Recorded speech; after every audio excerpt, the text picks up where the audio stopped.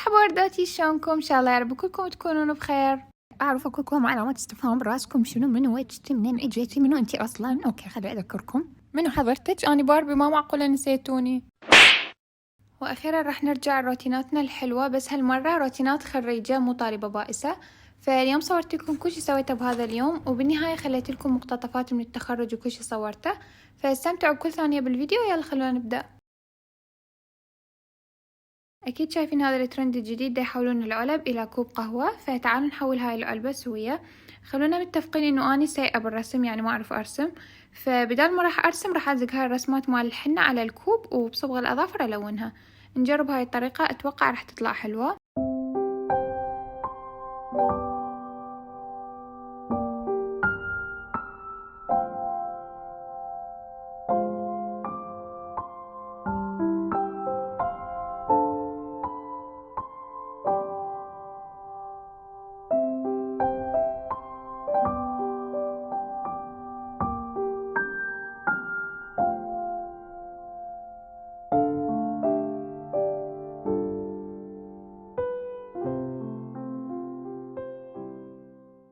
اوكي، وزعت الورود بشكل عشوائي وكلش عجبتني النتيجة. هسه نجي للقبق، خليت طبقة أولى من الصبغ، ومن جفت خليت طبقة ثانية. وهسه بين ما يجف راح اخلي نقشة لإيدي. اذا دا تحسون انه التصوير مختلف والمونتاج، فاشتريت ايفون باركولي، وحاليا دا استخدم تطبيق كاب كات لانه كماستر المهكر ما ينزل للايفون، فاحس نفسي كلش بدائية بهذا التطبيق، ما اعرف له، فتحملوني بين ما اتعلم شوية واتأقلم على البرنامج.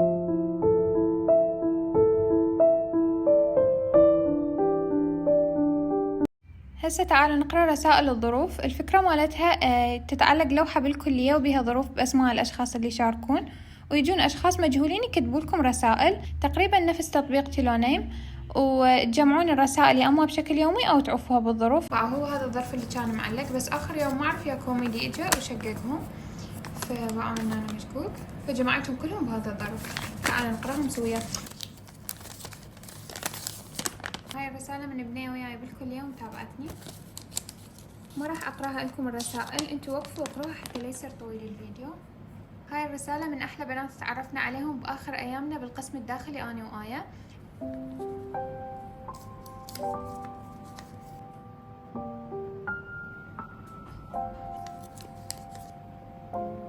اوكي، هاي هنا كان اكو كاندي اكلتها وبقيت الكاغذ.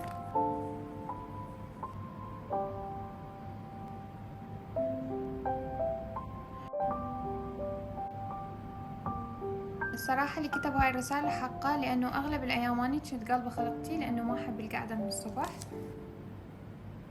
هسه تعالوا نسوي كيكة سريعة ناكلها ويا الشاي، كلش سريعة، 10 دقايق تحضريها ونص ساعة بالفرن. بس الشي الجديد اللي دا اسويه، ماما قالت انه خلي وياها استكان نشا ويا يعني مو تخلون طحين، خلوا استكان نشا، هم كلش طيبة تطلع وهشة.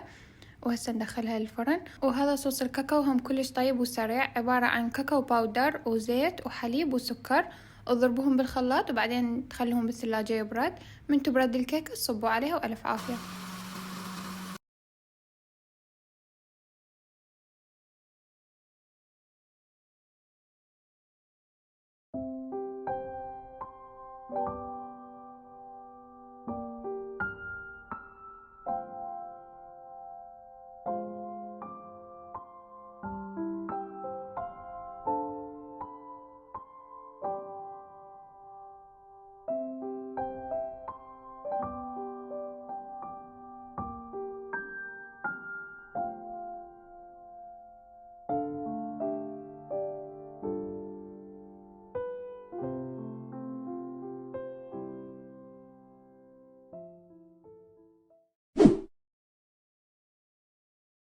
لو تقتحمني عاصفة وتزلزل أركاني رياح.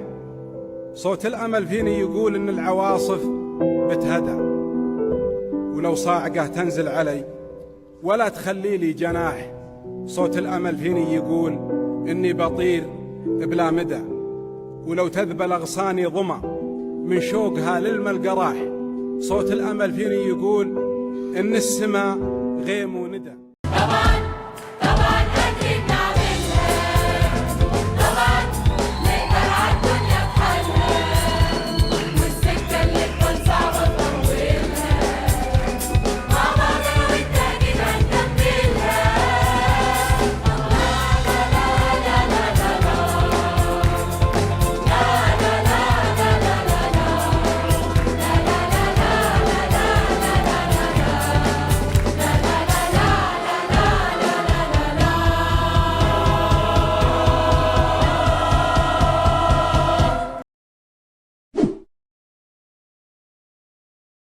يبدو أننا سنفترق. قضينا معا فترة قصيرة، كنت خلالها أفضل شخص تعرفت إليه في حياتي كلها.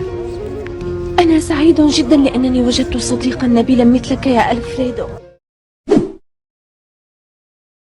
في لحظة عايزة اللي يعدل ميلك ويسند يشيلك، وسط زحمة حياته يجيلك، يوصل في ثانية يسبق بخطوة، يحميك بقوة ملكش إلا هو. في حد لما تخبط هيفتح يقابلك ويفرح، من قلبه عايز يشوفك بتنجح، يساعدك بفكرة معاك خطوة خطوة. ده ما سابكش مرة امبارح وبكرة في حياتك.